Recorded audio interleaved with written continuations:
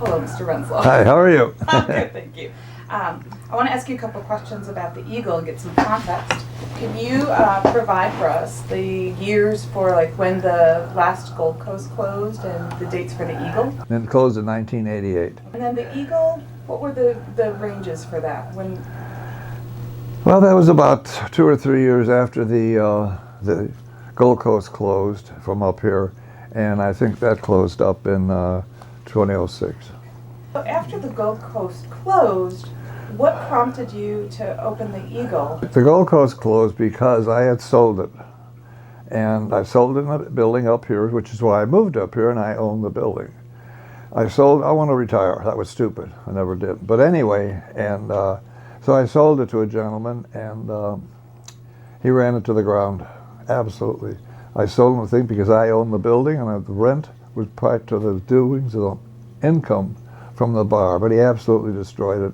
And I thought he made the name Gold Coast. I didn't want to use it again, so that's why I used the name Eagle. What was the leather scene like in Chicago or nationally, like in the 1990s when you opened the Eagle?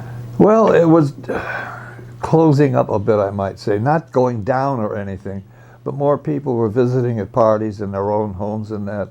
And with the advent of the internet, a lot of the bars just became obsolete. So a lot of them closed.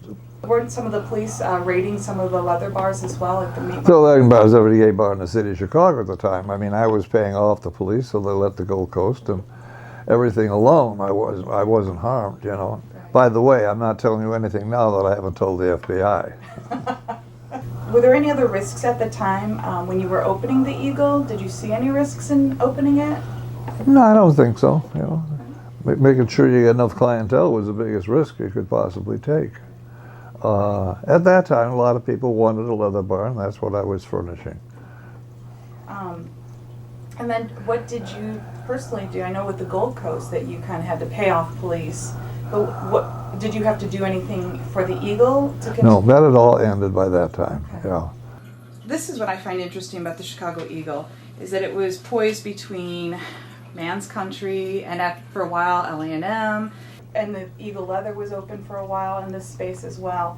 And so a leather person could come here and spend all day and all night here if they wanted. Just about. Yeah. What was, in this little area, what was it like to just have non-stop leathermen? Well, the way you posed the question, it really sounded like they were all in one room or spot. They really weren't. They were spread out all over the block. The Eagle was back in a bar of its own, part of the back building of Men's Country. Eagle Leathers was another building down the way, and L&M was in another building down the way. It was all buildings. But it did keep a lot of men keep coming here. There's no question about that. So I seem to recall that the Eagle had a unique entrance. I was in New York before the Eagle or anything opened, and I saw the trucks in New York, which were famous. So I got the idea, to open the Eagle, you're going to have to go through a truck. And since I had a very large passageway, the entrance, I just bought a truck, put it in there, opened the door in the back, put lights in it, and that became the door to the Eagle, the entrance. The trucks in New York were cruising grounds, that's all. You know, but I wanted to try and get that on here, so I did. I want to talk about Etienne's art as well. I would be remiss if I didn't. Don made a completely new set of art for the Eagle, completely new. It's now at the archives. I wanted his work in here. I wanted to move a lot of his other stuff in here, but he said, well, that don't fit. And so he painted entirely new. And was there any sort of tribute you were paying to your old Gold Coast image as well, by having Etienne put the... Well, yeah, everybody recognized ATM art, and it was in the other place, it's in this place, so of course it was carrying on the tradition of the ambience of the both of them, very definitely. From what you remember when he was picking out what to put on the murals, was he approaching it with a different eye or focus? Or? You got me there. He never said anything of what he wanted. He always came out with something fabulous, you know. What I wanted to discuss were the play spaces within the Eagle. There was one play space, period. Okay. And that was in the pit, which was the lower level. There was a bar down there, and yeah, there were dark corners where things could happen. But the main thing, all the playing that went on or anything, was in the washroom. Which is one of the reasons I wasn't bothered But a lot of the other bars were. They were just letting them play anywhere they wanted to.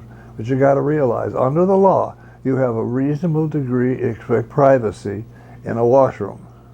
And having sex has to be in a place where you're private. So they usually left you alone if that's the place. In fact, the police came in a couple times after we went in there. In fact, there was so much in there, sometimes you couldn't walk through it if you wanted to. Of course, you understand I knew nothing about that. Nothing. What I'm telling you now is what somebody told me.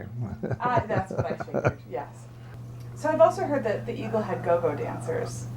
Yes, on the main floor on the bar. Yeah. It was just eye candy, no other reason at all, you know. Was that at the time like a popular thing in the leather bars? Yes, that was, but not just, I don't know if it was in the leather community, but I know it was in a lot of the bars. And of course, looking forward right away, I just put some in. Did the Chicago Eagle have a Mr. Chicago Eagle contest? No, absolutely not. Why not? All right, I own the Eagle. I own the Gold Coast. Neither one of them ever entered anybody. Because I also run and own International Mr. Leather. And I think if one of my people won, that would look very bad. I go to extraordinary lengths to protect the integrity of International Leather. So I have a question about the boot blacks, because I think that some of the boot black tradition that occurs right now began almost in the Eagle in some ways. Yeah. So you've had Harry Shattuck, you've had William Shields, or Daddy William, Yeah. you've had Leslie Anderson work the boot black chairs. I know that at the Gold Coast you had people do boot blacking, but you didn't have a boot black per se. Right. What made you decide to add like a boot black chair and a constant boot black? Well, because, I mean, people wanted it. They liked it. It's a sexual expression. So I put the boot black chair in. It was very hard to find a steady boot black. So I put the chair there and said, go for it. And they did. I know I make an assumption about it helping to add the contest to IML. I mean, Harry was here at the time working. Yes. How did he keep talking about it with you? Yes. Kept pushing it and pushing it and pushing. In the very beginning, I was kind of negative to it, but not against it. And he's showing me, oh, this is going here and that's going here. And I said, okay, let's go. And we did. And now we have a tradition. Yeah. Look at it today. What are some of your favorite memories of the Eagle? Well, that's pretty hard to say. Which particular one be favorites? I think some of my favorites were really the times when they had like some extra special parties down there and everything, because everybody was so happy and carrying on and just having a ball. New Year's Eve down there was just a riot. Yeah, those would be my favorite times. Okay. But you realize when you're seeing the same thing day after day after day, it's kind of hard to pick out which is your favorite when you like it all.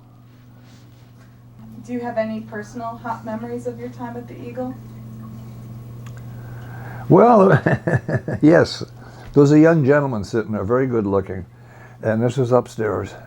And one of the go-go dancers came in, and I said to him, I didn't know who he was. I says, wow, look at that guy, he's hot. The kid looks and says, well, if he's 30 years older, I'd be interested in. I said, oh, really? And we had a very good time together. I wanted to discuss the closing of the Eagle. Why did it close, or what were the circumstances that led to it closing? Business kept dropping. It just wasn't good. The internet was changing things. There was a couple other bars opened up and everything, and business was lost. And more than that, I think what it was more than anything, because, you know, even in the past when business had dropped for kind of seasonal things, I didn't care. I just kept at it. But I was getting tired. 43 years in the bar business, and I just wanted out.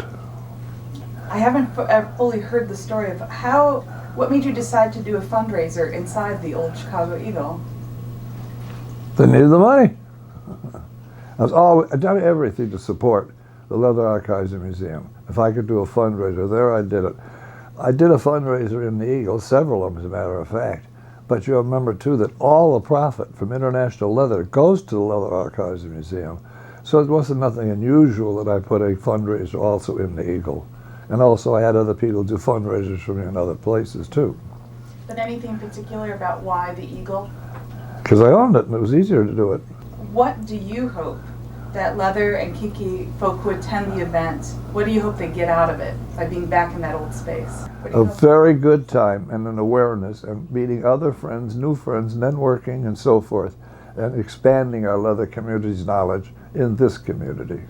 Why, in your opinion, is it so important for leather and kinky folk to support the Leather Archives and Museum? It's quite simple history. We don't want to repeat the wheel.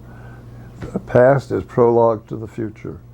You know, 20 years from now, 30 years from now, people not know about me, and somebody might ask something about, say, the Eagle. I say, well, was there a bar here that name? You know, go in the archives, they'll know. That's the reason. I think history is extremely important. Why do you love the leather community so much? Because I have a big daddy impulse in myself. And I felt for some reason that I was the daddy of the whole leather community. You know, when I started out, I knew 5 leathermen. That was it. And now I think I know thousands. And if I don't know thousands, they know me. And I think that's the reason. It's just being a daddy, that's all. Is that your heart? Yeah, I love them and I love it very much. But I think so many things are so important that we realize that we are a tribe. The leather community is a family.